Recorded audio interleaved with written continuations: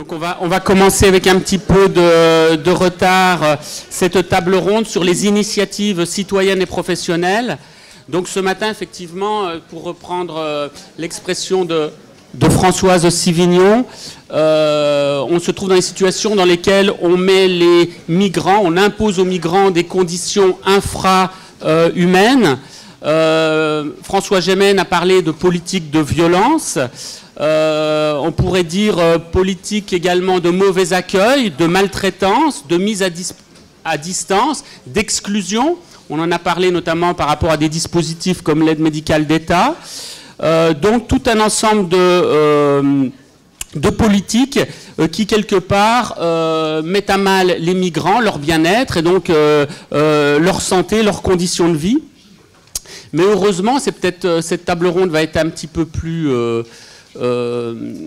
joyeuse, je ne sais pas, mais en tout cas peut-être plus dynamique, puisque quelque part on va nous parler d'initiatives, de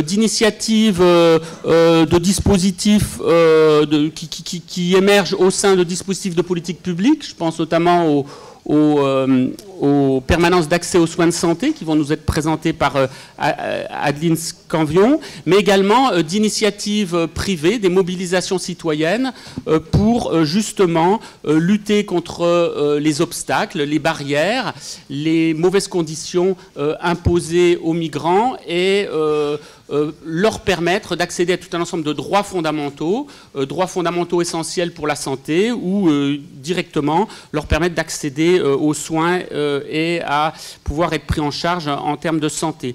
Donc comme on est un petit peu pressé par le temps, je vais tout de suite passer la parole à Adeline Scanvion qui vient donc de la PAS du centre hospitalier de Nantes et qui est coordinatrice des PAS de la région Pays de Loire. Donc Adeline Scanvion, je suis le médecin responsable de la PAS de Nantes depuis pas mal d'années et je suis aussi coordinatrice des PAS de la région Pays de la Loire, donc c'est une région qui compte 17 PAS.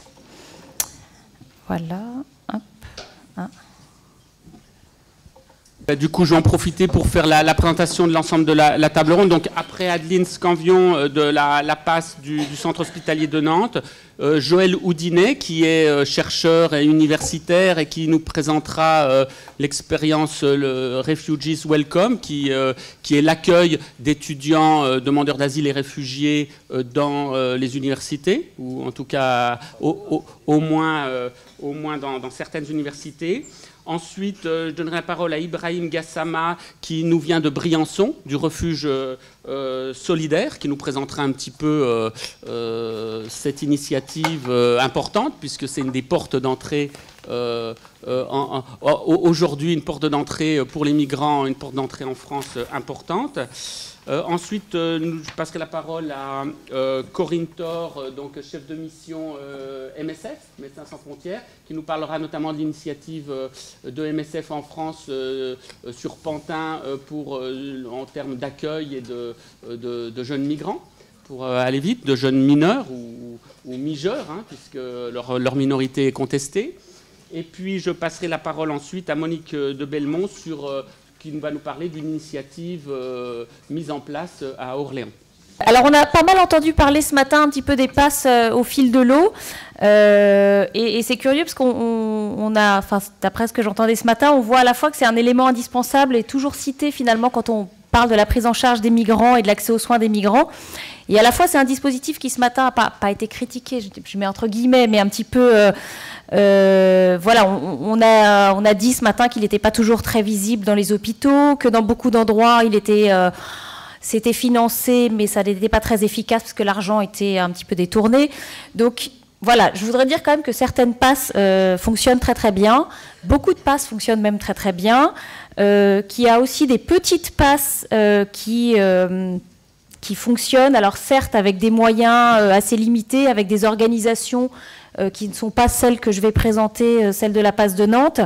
Et voilà, on peut quand même, le travail des coordinateurs régionaux maintenant des PAS a permis de faire fonctionner des petites PAS dans les régions. Alors c'est vrai qu'à Paris, on n'est pas du tout dans le même dans la même dimension qu'en région, mais voilà, les coordinateurs régionaux dans les différentes régions s'attellent justement à rendre ces dispositifs lisibles, à travailler avec les ARS pour que l'argent qui est alloué à ces passes aille au dispositif et permette la prise en charge des personnes en situation de précarité. Donc voilà, alors évidemment, toutes ne sont pas opérationnelles encore, il y a encore du boulot, mais il y a quand même une amélioration, et notamment, je pense, depuis l'état des lieux qui a été fait par Médecins du Monde.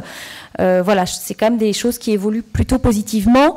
Et ce qu'on peut dire aussi, c'est que de certaines passes, l'argent alloué par l'ARS va complètement aux passes, les directions sont très favorables. Et malgré tout, ces passes sont saturées, ne fonctionnent pas très bien parce que peut-être les moyens sont insuffisants. Alors je vais juste rappeler très brièvement, parce que je pense que pas mal d'entre vous connaissent le dispositif PASS. Donc ce dispositif, il fait suite à une loi de lutte contre les exclusions, la loi de 29 juillet 1998, cette même loi qui a permis la création de la couverture maladie universelle, et donc la création et la mise en place des PASS dans chaque hôpital. Donc il y a eu 2 circulaires depuis, une en décembre 1998 et une en 2013, juin ou juillet 2013, je ne sais plus. Et donc cette circulaire de 2013, elle redéfinit un petit peu et remet quelques objectifs, enfin réexpose les objectifs des PASS. J'en ai mis, j'ai extrait deux choses qui me paraissaient importantes. Donc la première, c'était offrir un accès aux soins et un accompagnement soignant et social aux personnes en situation de précarité, dans la perspective d'un retour à l'offre de soins de droit commun. Donc ce qui me paraît intéressant ici, c'est dans cette définition, c'est l'accès aux soins, mais pas que, avec la dimension sociale, soignante. Donc on le verra, l'idée d'une équipe pluridisciplinaire. L'idée des personnes en situation de précarité, donc on ne parle pas là que d'absence de couverture maladie, c'est toutes les personnes en situation de précarité, pas que parce qu'elles ont une absence de droit et d'assurance maladie. Et puis, avec cette idée que le but des PASS, c'est pas de maintenir dans le système des personnes en situation de précarité et de faire une filière de soins un petit peu spécifique. L'idée est bien de les ramener vers l'offre de soins de droit commun et donc vers la médecine de ville. Et donc un des autres objectifs, c'est d'agir à l'intérieur des établissements et à l'extérieur de celui-ci, et de construire un partenariat institutionnel élargi. Et ça, je pense que c'est important aussi de montrer que les PASS sont à l'interface ville-hôpital et sont un des rares services hospitaliers, puisqu'on est souvent dans les hôpitaux, à travailler en lien avec les associations, en lien avec l'extérieur, et avec les médecins de ville, bien sûr, et en lien avec notre institution, l'hôpital. Alors, je vais brièvement vous montrer un exemple d'une PASS qui fonctionne plutôt bien, et puis après, je m'attarderai plutôt sur l'impact un petit peu qu'a eu cette vague migratoire, si on peut dire, sur les PASS, sur celle de Nantes, mais aussi pour avoir une expérience des PASS de la région sur différentes autres PASS et notamment sur les petites PASS. Donc là, évidemment, le dispositif que je vous présente, c'est pas on l'a vu ce matin, il y a plein de dispositifs qui existent. C'est un des dispositifs qui existent et qui fonctionne à peu près correctement, enfin j'espère. Donc c'est un dispositif qui a été ouvert en novembre 1999, donc quasiment tout de suite après la loi. Et donc, c'est un dispositif dédié avec notamment une consultation médico-sociale de médecine générale qui va être le pivot du dispositif au sein de l'hôpital de Nantes. Et ensuite, on va retrouver ce dispositif PASS dans tout l'hôpital puisqu'il va y avoir un accès possible à toutes les consultations spécialisées, à tout le plateau technique et aux médicaments. Et donc, cette consultation de médecine générale, c'est dans des locaux dédiés, avec du personnel dédié, c'est ouvert tous les jours, et ça propose des consultations sur rendez-vous uniquement, des entretiens sociaux, une prise en charge infirmière, et également aussi, depuis 2012, me semble-t-il, la PASS Psy qui est intégrée dans notre PASS, avec des consultations groupées psychiatres et psychologues. Et donc, ce que je disais tout à l'heure, c'est que ce dispositif, il permet, les patients viennent en consultation de médecine générale, parce que je le rappelle, j'ai peut-être pas oublié de le préciser, mais les dispositifs PASS, c'est pour les consultations externes, ce n'est pas la prise en charge des personnes hospitalisées. Et donc, ce dispositif, il permet non seulement l'accès à des consultations de médecine générale, donc enfants et adultes à l'hôpital de Nantes, on ne diffère pas PASS pédiatrique, PASS adulte, on accueille tout le monde. et un accès donc aux médicaments sans limitation, tant qu'il n'y a pas d'assurance maladie, un accès aux plateaux techniques, aux consultations spécialisées, là encore sans limitation, mais avec bien sûr en arrière-plan l'idée qu'il faut que le système soit viable et perdure, et donc à nous médecins de prescrire et de faire appel aux consultations spécialisées quand le patient n'a pas d'assurance maladie, quand il y a besoin, c'est-à-dire que quand ça peut attendre, quand c'est des choses qui traînent depuis très longtemps et que ça peut attendre l'assurance maladie, on fait attendre, mais quand ça ne peut pas attendre, on a accès à tout, et on s'est pour l'instant jamais fait taper sur les doigts, ce qui est plutôt positif. Ce que je disais aussi, c'est que c'était des consultations uniquement sur rendez-vous, ce qui n'était pas le cas avant. Avant, il y avait un accueil, il y avait des consultations sur rendez-vous pour du suivi, et puis il y avait un accueil sans rendez-vous l'après-midi, avec l'augmentation de la demande et l'arrivée toujours plus croissante de personnes en situation de précarité, et notamment de migrants. On s'est laissé un petit peu déborder, ça devenait compliqué. Du coup, on est passé en consultation uniquement sur rendez-vous, avec malgré tout la possibilité, puisque on l'a dit ce matin là, dans les passes, quand on accueille des personnes en situation de précarité, il faut faire face à l'imprévu. Et c'est compliqué parfois de prendre rendez-vous. Donc il y a un accueil infirmier qui est possible malgré tout, avec une évaluation. Et puis bien sûr toujours des plages horaires, des plages d'urgence pour recevoir en urgence les patients qui en auraient besoin.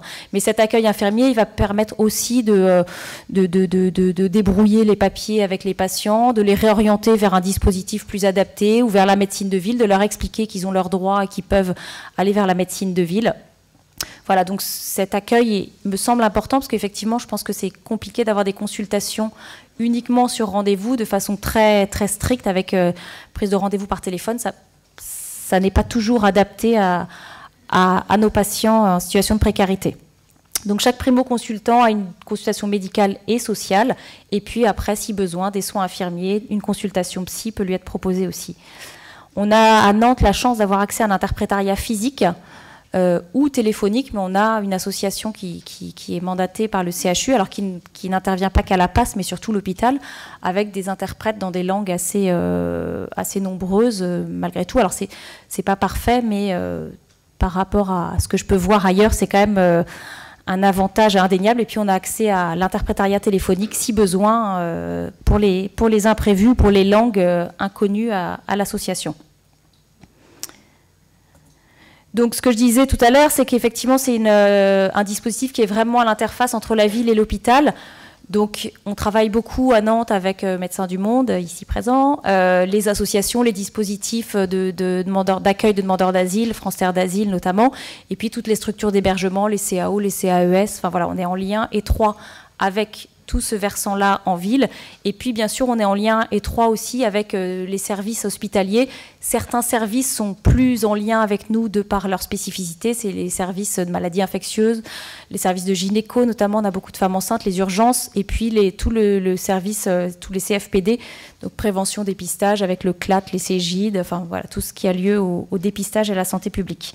Et puis, bien sûr, on a la coordination régionale, l'ARS, les délégations territoriales qui ont un regard, et puis une coordination qui est faite par nos tutelles. Alors les spécificités des PAS, ça c'est pas que la spécificité des PAS de Nantes, hein, c'est les spécificités en général des PAS. Voilà, c'est vraiment la prise en charge globale du patient, l'approche pluriprofessionnelle et collégiale du soin, d'où effectivement l'importance dans toutes les passes d'avoir médecin, assistante sociale, et effectivement pas qu'une assistante sociale dans un hôpital qui serait toute seule à ouvrir des droits. Et puis une approche centrée sur l'humain et pas forcément sur l'hypertechnicité, c'est-à-dire qu'on fait vraiment de la médecine générale, on met le patient au centre, et puis on prend en compte ses situations de vie, son parcours, sa situation actuelle, sa culture, les barrières de la langue. Enfin voilà, c'est assez unique, je pense, dans les hôpitaux d'avoir cette approche de médecine générale dans des hôpitaux, notamment dans des CHU où c'est en général pas la priorité. Et donc évidemment, ce que je disais tout à l'heure, voilà, le juste soin au juste coût, malgré tout, on essaye de limiter les coûts. Et puis, on l'a dit tout à l'heure, le fait de prendre en charge ces patients avant qu'ils aient une assurance maladie, ça évite de nombreux recours aux urgences, ça évite des hospitalisations, tout ça avec une simple, entre guillemets, consultation de médecine générale. 2 minutes. Ça tombe bien, c'est la dernière diapo. L'évolution donc du contexte migratoire, quel impact ça a pu avoir sur nos passes? Alors, certes, les passes des grandes villes à Paris ou les grandes passes des régions ont toujours reçu des migrants. C'est pas quelque chose qui est nouveau pour nous. Et cette expertise avec ce travail, notamment avec la barrière de la langue, elle est ancienne. Et je dirais que ça n'a pas été une surprise pour nous de voir des migrants et de prendre en charge des migrants. En revanche, ce que je peux voir en tant que coordinatrice, c'est que ça a été, pour les petites passes dans les zones rurales, cette arrivée de migrants avec l'ouverture des CAO dans des régions en Mayenne, en Sarthe, ça a été la prise en charge d'un nouveau public et ça a été assez difficile. Oui et non à mettre en place, mais voilà, ils ont dû apprendre à travailler avec la barrière de la langue, avec des nouvelles pathologies, les stress post-traumatiques. Et voilà, d'où l'importance des coordinations régionales pour cet accompagnement. Et je dirais aussi qu'il y a eu un impact positif, moi je trouve, de cette arrivée de migrants qui ont été dispatchés un petit peu sur tous les territoires. C'est-à-dire que les passes qui ne fonctionnaient pas très bien parce qu'elles ne savaient pas trop ce à quoi elles servaient, elles ont été très sollicitées avec l'arrivée de ces migrants. Elles ont dû se restructurer, mettre en place des consultations de médecine générale de façon fixe. Et ça a dynamisé, donc c'est pour moi un effet quand même assez positif. Ça a dynamisé vraiment les passes qui vivotaient un petit peu. Alors en revanche, effectivement, je disais que dans les passes des grandes villes, on avait l'habitude de voir des migrants. Malgré tout, on est plus sollicité et ça implique un peu des changements dans nos pratiques. Est-ce qu'on doit répondre à l'urgence? Quelle est la place du dépistage là-dedans? Est-ce que ce sont le rôle des passes de faire du dépistage? Alors certes, on sait, il y a plusieurs études qui l'ont montré que il y a des pathologies, des prévalences de pathologies plus importantes chez certains de nos patients. Est-ce que c'est à nous ou pas de faire ces dépistages? De même, on a été pas mal sollicités, ou on a voulu nous solliciter pour faire des dépistages et des bilans systématiques pour les migrants primo-arrivants. Alors certes, je pense qu'on sait faire. Après, est-ce que c'est le rôle d'une passe de faire ce bilan systématique des patients qui arrivent sur le territoire? Par expérience, je pense qu'effectivement, les patients qui arrivent ont besoin d'une consultation de réassurance, d'explication du système de soins, d'orientation vers du dépistage.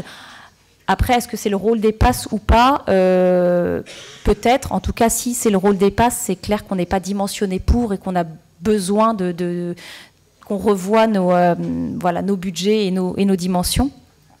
Et puis, un autre effet de cette sursollicitation, c'est que, on l'a vu tout à l'heure, les passes doivent réorienter vers le système de droit commun. Alors, j'ai mis le « ré » entre guillemets parce que les patients qui arrivent, les migrants notamment qui arrivent, ils n'ont jamais été dans le droit commun, en France en tout cas, et donc c'est une orientation tout court vers le système de droit commun.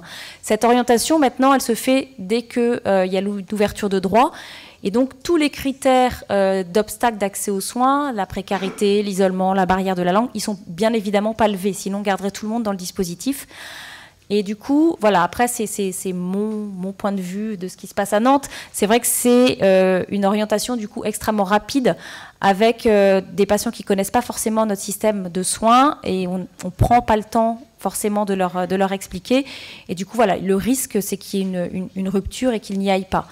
Malgré tout, il y a de très nombreux médecins, et sur Nantes et sûrement ailleurs aussi, qui prennent en charge ces migrants extrêmement bien, et voilà, pour lesquels il n'y a pas de difficulté, même si on les voit très rapidement. Ils peuvent être très bien pris en charge aussi, et ils sont très bien pris en charge en ville. Mais ça réinterroge sur le fait qu'avant, on accompagnait les gens vers le soin avec le temps que ça prenait. Maintenant, voilà, c'est ouverture de droit, hop, vers la médecine de ville. Et puis un dernier point sur la prise en charge psychologique, on en a parlé ce matin. Il y a effectivement beaucoup de stress post-traumatique lié à la migration, lié des états aussi d'anxiété liés à la situation vécue sur le territoire en France. C'est vrai qu'on a les passes psy un petit peu quand elles fonctionnent. On a les EMPP qui font du bon boulot aussi. Néanmoins, les relais vers les CMP ensuite sont extrêmement difficiles. On a parlé tout à l'heure de l'importance d'une évaluation pour les mineurs, une évaluation psy. Faut pas oublier la continuité des soins. Moi, je pense qu'il faut raisonner pas que accès aux soins immédiatement, mais quelle est la continuité des soins pour ces patients? C'est vrai qu'en psychiatrie, en tout cas, sur Nantes, c'est compliqué. Les psychologues ne sont pas remboursés ensuite en médecine de ville. Donc voilà, ça c'est une problématique. Et puis on en a parlé un petit peu ce matin aussi, c'est la traçabilité des données, comment on organise la continuité des soins. On a vu que les migrants, ils passent de Paris en région et puis ensuite vers la médecine de ville. Beaucoup de choses sont faites en doublon, certaines choses ne sont pas faites du tout. On n'a pas encore trouvé le moyen de tracer de carnet de santé efficace ou de carnet numérique pour que ces patients aient une traçabilité des soins qu'ils ont eus dans les passes ou ailleurs. Et je pense que ça, c'est un autre domaine de réflexion, une autre réflexion à mener. Voilà. Merci beaucoup. Bon.